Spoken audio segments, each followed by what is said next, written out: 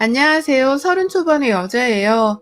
자동차 부품 관련 조그마한 회사를 다니고 있고 여기서 일하다가 남편을 소개받고 만나선 결혼을 했습니다. 저희 소장님께서 몇 없는 여직원이라면서 예전부터 제 연애사에 그렇게 관심이 많으셨거든요. 그게 막 기분이 나쁠 정도로 참견을 하는 정도는 아니었고 빨리 좋은 사람 만나라면서 여기저기 자신이 알고 있는 괜찮은 총각들을 소개시켜 준다면서 자리를 주선해 주셨어요. 그 덕에 저도 일하러 갔다가 공짜로 소장님 덕에 소개팅을 여러 번 했었고 그러다 연애도 한 번 했었죠. 남편은 두 번째로 제가 사귄 사람이고 또 결혼까지 꼬리를 난 마지막 남자입니다. 물론 제가 이전에 소장님의 소개로 만난 남자와 연애를 했었다는 것은 지금껏 소장님과 저 둘만이 알고 지내는 비밀이고요. 저 결혼할 때 소장님이 그러시더라고요. 결혼까지는 갈지 몰랐는데 이렇게 가버릴 줄 몰랐다고 말이죠. 그 말을 듣고 나서 생각해보니 정말로 저도 의외더라고요.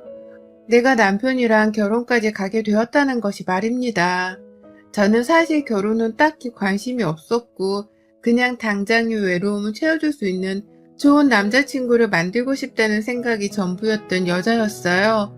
결혼을 하자고 하니 모아놓은 돈도 별로 없었고 그렇다고 내가 능력이 아주 좋아서 나를 보쌈 싸듯 데려갈 남자를 만날 수 있는 것도 아니었기 때문이었죠.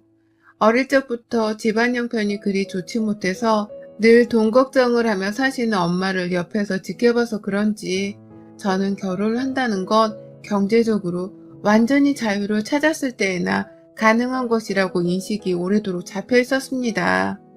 내가 돈을 많이 벌었던, 상대방이 돈을 많이 벌었던 둘 중 하나를 해서는 부부가 경제적으로 자유롭게 사는 게 이상적인 결혼이라 생각을 했어요. 그러니 당장 친정 부모님께 용돈 드리고 자취방 월세 내며 월급의 반 정도를 정기적인 지출로 쓰고 있었던 저는 당장 결혼을 꿈도 꾸지 못하고 살아야 했죠. 내심 친정 부모님도 제가 결혼을 하지 않은 채 딱 용돈만 계속 주면서 처녀로 쭉 살기를 원하셨던 것도 같았고요. 그런데 남편을 만나고 나서 이런 저의 결혼에 대한 선입견이 조금씩 깨졌습니다. 남편은 저하고 크게 다를 바가 없는 가정환경에서 자란 남자였거든요. 아니 오히려 더 못 살면 못 살았다고도 할 수 있는 형편에서 자란 사람이었죠. 호르머니한테 자란 남편은 대학 가서도 자기가 아르바이트해서는 어머님 용돈을 드리고 군대 가서도 받는 그 쥐꼬리만한 돈을 모아선 어머님께 드리고 또 직장을 가서도 자기 월급의 대부분을 어머님께 가져다 바치면서 스스로를 헌신한 사람이었어요. 처음엔 이런 남자랑 어떻게 연애를 하나 싶더라고요. 버는 족족 어머니한테 돈을 퍼다주는 사람과 연애는 죄책감이 느껴져서 어떻게 하며 또 결혼은 어찌하나 싶었죠. 당연스레 결혼은 꿈도 꾸지 못한 채 그냥 소소히 서로 만나 데이트하면서 연애만 하며 지내려 했는데 남편을 보면 볼수록 참 사람이 괜찮더라고요. 저를 만나면서 조금씩 저한테 더 최선을 다하는 모습을 보이기도 했고 결혼을 하게 된다면 제가 원하는 대로 미래를 계획하고 함께 지켜나가고 싶다며 저 기분 좋으란 소리를 참 잘도 했습니다.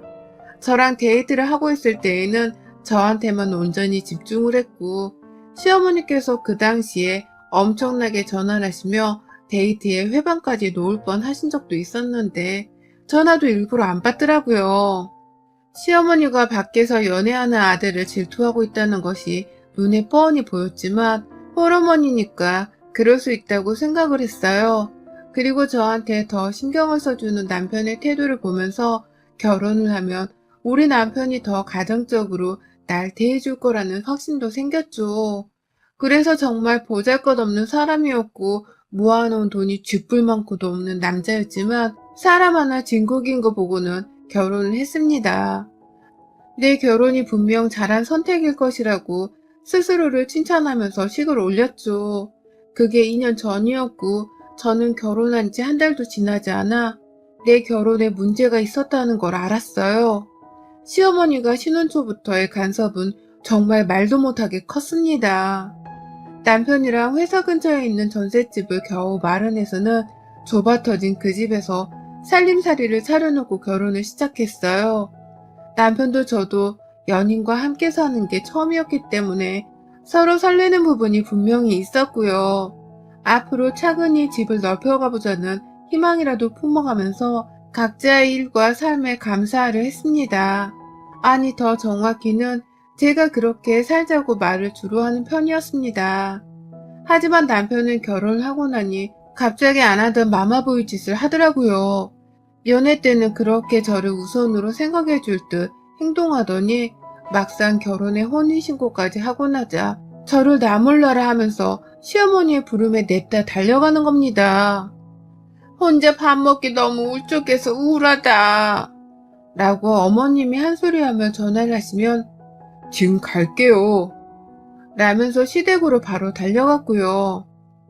엄마가 집에 반찬을 해놨는데 이거 가져가라 라고 하면 그 길로 혼자 주말에 시댁에 가서는 하루 종일 있다가 집에 왔어요.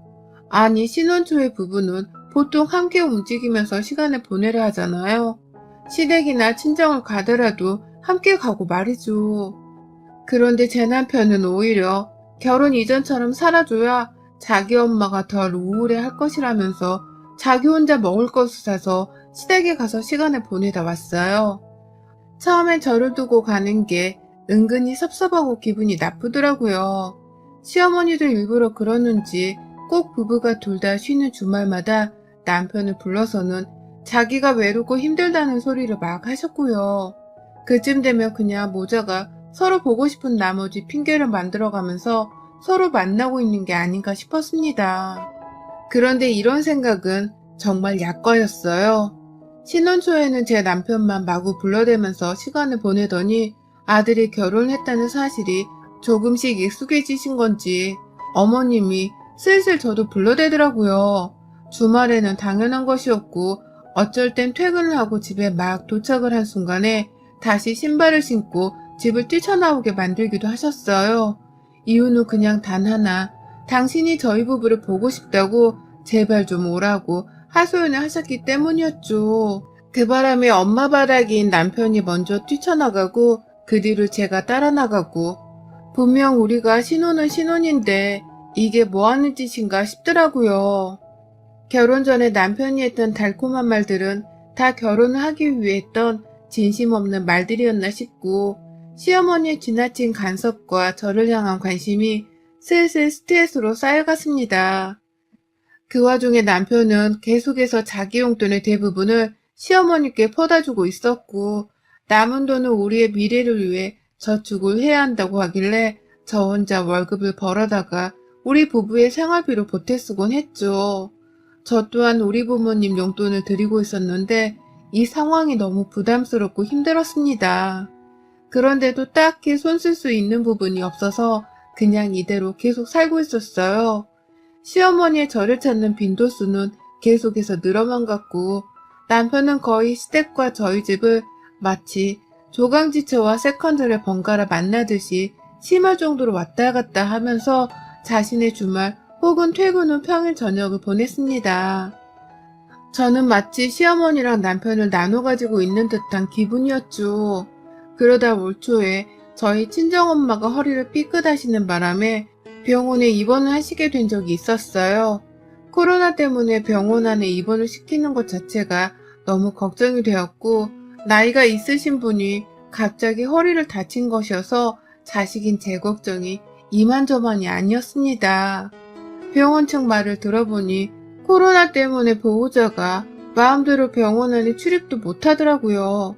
그래서 엄마를 보러 병실 안에 들어가려고 보호자 코로나 검사도 받고 매일같이 제 몸 처신도 똑바로 하면서 생활을 했어요.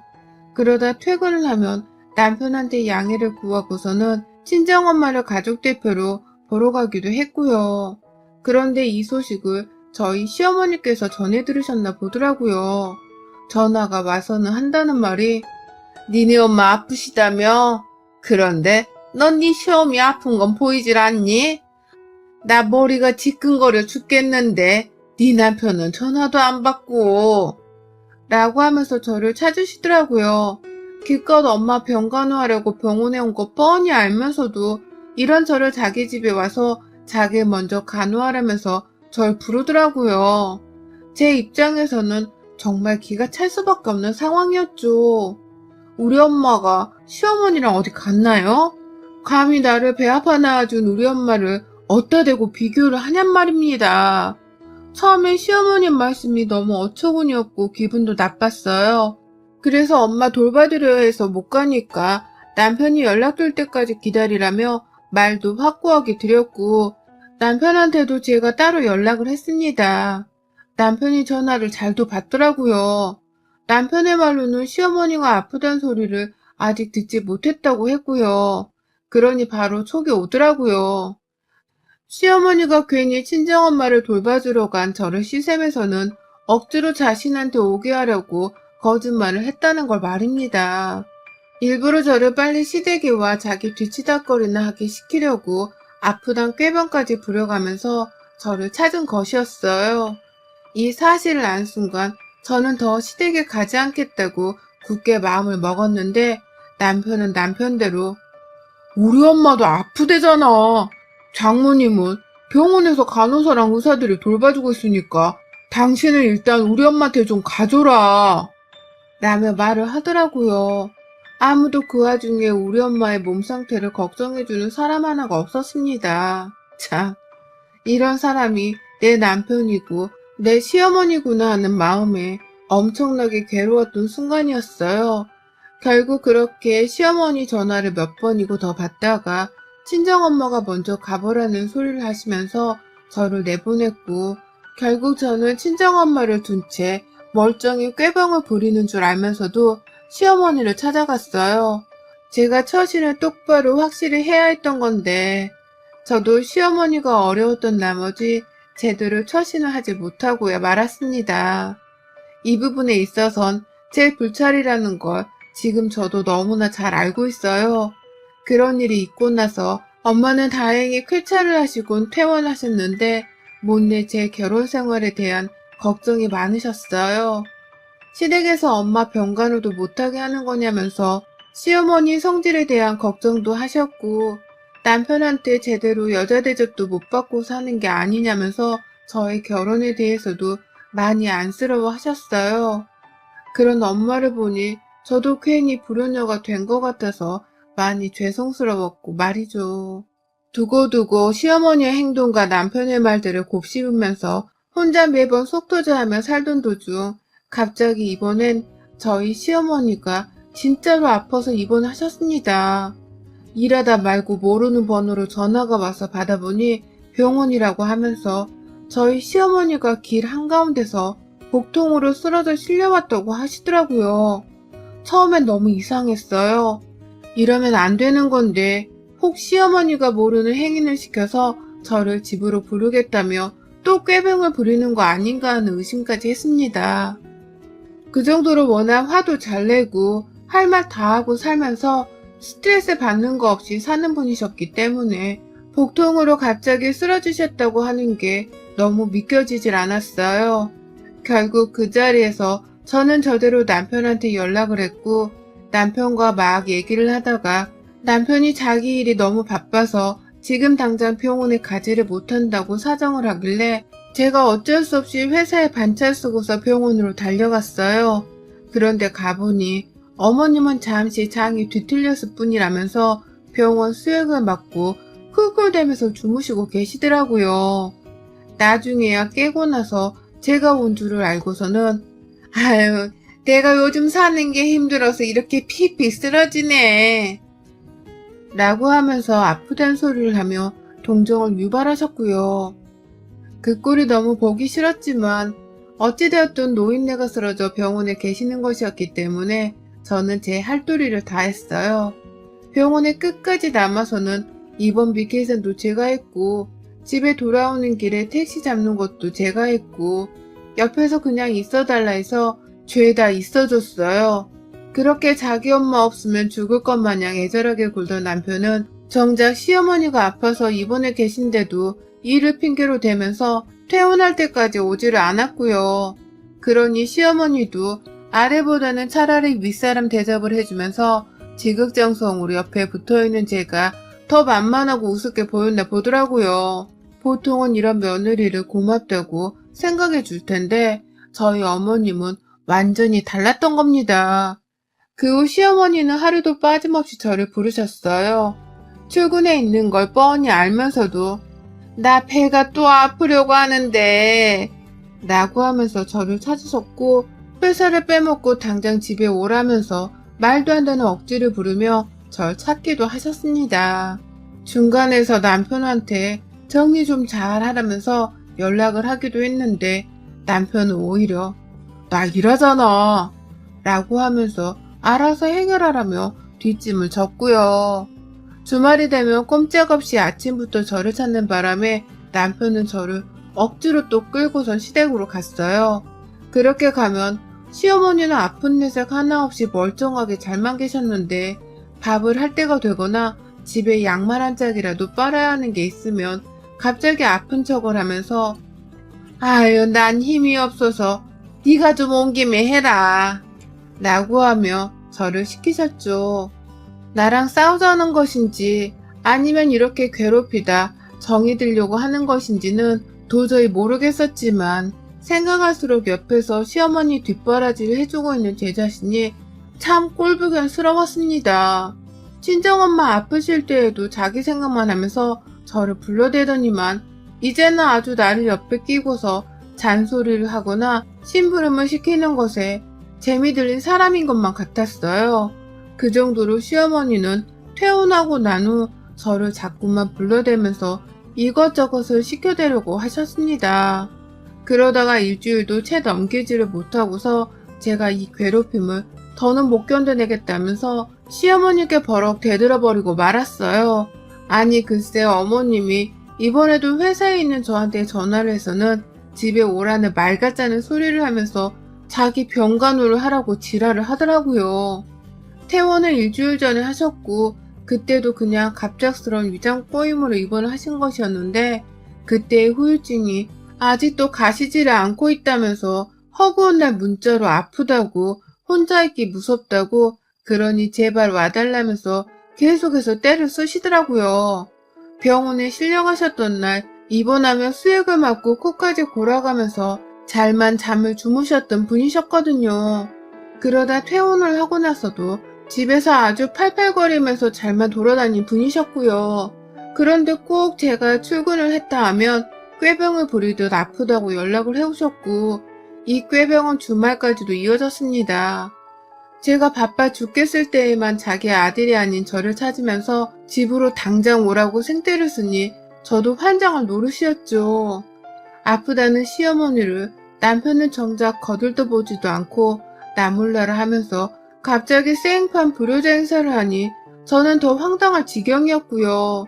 이렇게 짜증이 계속해서 반복이 되고 저도 회사에서 이제는 제 핸드폰이 울리는 것에 대해 주변 동료들의 눈치를 보기 시작했습니다. 또 시어머니 전화냐고 묻는 동료의 말에 멋쩍어 하며 쓰느숨을 짓다가 결국 제 핸드폰을 꺼버리는 상황에까지 이르렀고요. 근데 또 거래처 사람들 전화를 받아야 할 상황이었기 때문에 핸드폰을 영영 꺼놓지도 못했어요.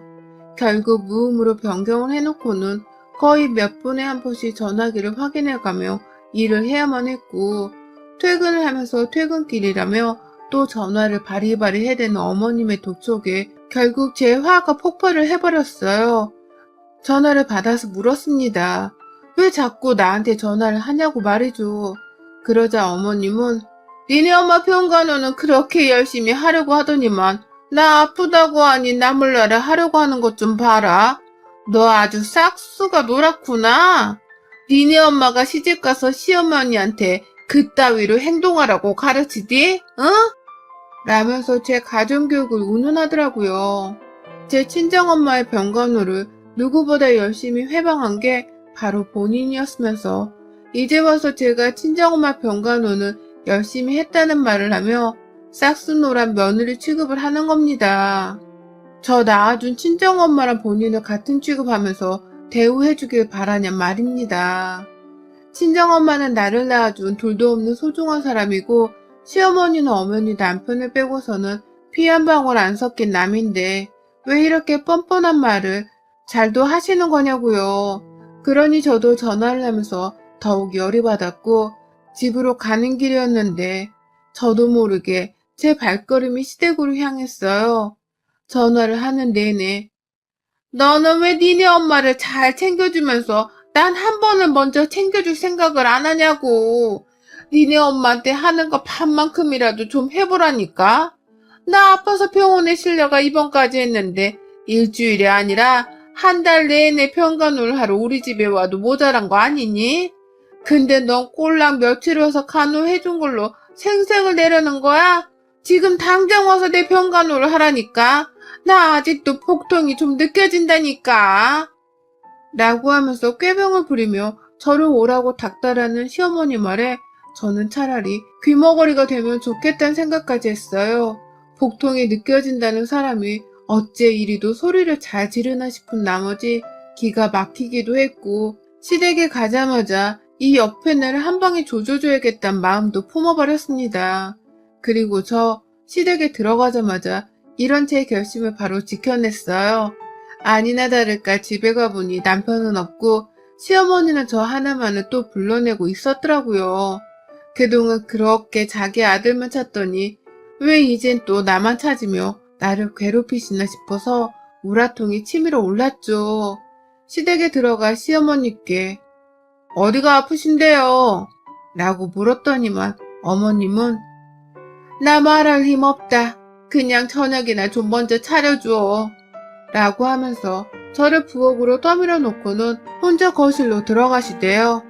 아프다더니만 누워서 잘 생각은 안 하고 거실 소파에 들어누워 TV를 보는 겁니다. 누가 봐도 꾀병이었다는 것을 말하는 듯이 말이죠. 그러니 저도 가만히 있을 수가 없었어요. 거기 말고 방 안에 들어가서 제대로 쉬세요. 라며 한 번 소리를 질렀고 제 소리에 놀라긴 했으나 무시를 하는 시어머니께 두 번 더 소리를 질렀어요. 지금 당장 방구석에 기어들어가서 자라고 복통이 뭔지 한번 제대로 알게 해드려요? 라고 하면서 저 스스로도 감정 조절이 안 되어 미친년 마냥 소리를 질렀어요. 그러니 이번에 시어머니도 겁을 먹고서는 놀라서 소파에서 일어나셨고 은근슬쩍 방 안으로 들어가려고 하셨거든요. 그런데 그 순간 어머님이 혼잣말로 그러시더라고요. 저게 미쳐도 단단히 미쳤네. 감히 시어머니 병간호를 하라고 불렀더니 소리를 질러? 라고 말이죠. 그러니 저도 덩달아 미친년이라고 발악을 했죠. 우리 엄마가 아플 때는 온갖 소리를 하면서 병실에서 나오게 하더니만 당신이 아프다고 하니까 나를 아주 잘도 부르네. 내가 우리 엄마 병간호도 그따위로밖에 못 해드렸는데 가족도 아닌 당신 병간호를 왜 열심히 해야 하는 건데 꾀병인 거 뻔히 아는데 왜 내가 당신 병간호를 당신 아들보다 열심히 해야 하는 거냐고. 지금 이 상황에서 미친 건 내가 아니라 당신이 미친년이지. 하여튼 미친 것들은 지들이 미친 줄을 몰라요. 에라이 쥐뿔도 없는 게 시어머니라고 꼴에 꼴값은. 라고 하면서 시어머니를 그 자리에서 진심을 담아 욕도 하고 진심으로 웃으며 비하도 했습니다. 부엌 한복판에서 감히 내 손에 물 묻히게 할 생각도 하지 말라며 그냥 그 상태로 몇 번이나 더 시어머니 면상에다가 미친년이라고 욕을 퍼부었더니만 시어머니도 지금 자신이 듣고 있는 욕이 진짜 그 욕이 맞나 싶었는지 황당하단 표정으로 눈만 동그랗게 뜨곤 저를 보더라고요. 충격이라는 듯이 말이죠. 그걸 보니 저도 겁먹은 시어머니의 꼬라지가 너무 우스웠고 더 열심히 발악을 하면서 미친년 소리를 해주다가 시댁을 나왔어요. 미친년 소리 또 듣기 싫으면 딱 그만 부르라는 말을 덧붙이면서 말입니다. 집으로 돌아오니 남편은 집에 이미 와 있더라고요. 그렇게 마마보이 마냥 지 엄마를 챙기고 감싸며 살더니만 이제 보니 남편은 정작 지네 엄마가 아프고 간병을 필요로 할 때는 남보든 남몰라라는 선택적인 마마보이였더라고요. 그러니 제 눈에는 이놈도 미친놈으로 보이기 충분했죠. 그래서 당분간 좀 시간을 가지자면서 그 자리에서 혼자 짐 싸서는 집을 나왔어요. 시어머니한테 그간 출근하고 나서도 받은 문자며 전화며 이게 다 시어머니의 시집살이에 속하는 걸 아냐면서 이걸로 변호사 사무실 찾아가서 확 이혼 소송해서 위자료나 청구받을지 말지를 좀 생각해 보겠다면서 집을 나섰더니 남편도 저를 헐레벌떡 따라 나오더라고요. 잘 살다가 무슨 이혼이냐면서 말이죠. 그래서 저도 말했네요. 야, 지금 애 없을 때 너랑 너네 엄마 같은 사람들한테서 떨어져 나와야 내가 앞으로 더 잘 살지 않겠냐? 나보고 니들 미친 모자 옆에 그냥 붙어서 더 개고생을 하며 살라고? 어린 반포너치도 없는 소리. 우리 사이에 애가 없는 건 하늘이 도운 거다. 나 생각 좀 해보고 그냥 살 순 없으니 너랑은 이혼할래. 그땐 니네 엄마도 나한테 보상은 제대로 해줘야 할 거다. 라면서 그냥 무작정 나와버렸어요. 지금 추석을 앞뒀는데 남편은 어떻게든 저를 달래서 지네 집으로 명절 제사 지내러 가게 하겠다고 아주 저자세로 나오며 발악을 하고 있습니다. 저는 저대로 그런 남편을 더 피말리게 하면서 무시를 하고 있고요. 시어머니도 제사는 지내야 하지 않겠냐면서 조상들께 인사를 하자고 연락이 오더라고요. 내 조상도 아닌데 저보고 인사를 하라면서 말이죠. 그래서 제가 네, 너나 잘하세요 라고 했습니다. 그 말 한마디하고 시댁 것들은 아주 쌩을 까고 있고 그냥 안 되겠다 싶어서 남편이랑은 이혼을 하기로 결심을 했습니다. 시어머니로부터 시집살이 당한 건 핸드폰 통화, 문자 내역에 아주 차고 넘치는지라 증거를 모으고 말고 할 것도 없길래 그냥 핸드폰 하나 들고서 변호사를 찾아가 보려고요. 이왕이면 방치를 한 남편도 싸잡아서 소송을 하고 싶은데 그런 건 변호사하고 제대로 상담을 해봐야 할 것 같습니다. 지금 회사 점심시간에 혼자 밥 안 먹고 변호사 사무실 찾아보다 필 받아서 사연을 써봤는데요. 쓰면서도 제 속이 다 시원하네요. 아닌 것들이랑은 애 없을 때 하루라도 빨리 헤어지는 것이 분명 옳은 결정이라고 생각을 합니다. 제 선택이 맞다고 여러분들도 응원 한마디씩 좀 해주세요. 여러분의 생각은 댓글로 남겨주세요. 오늘도 시청해주셔서 정말 감사합니다.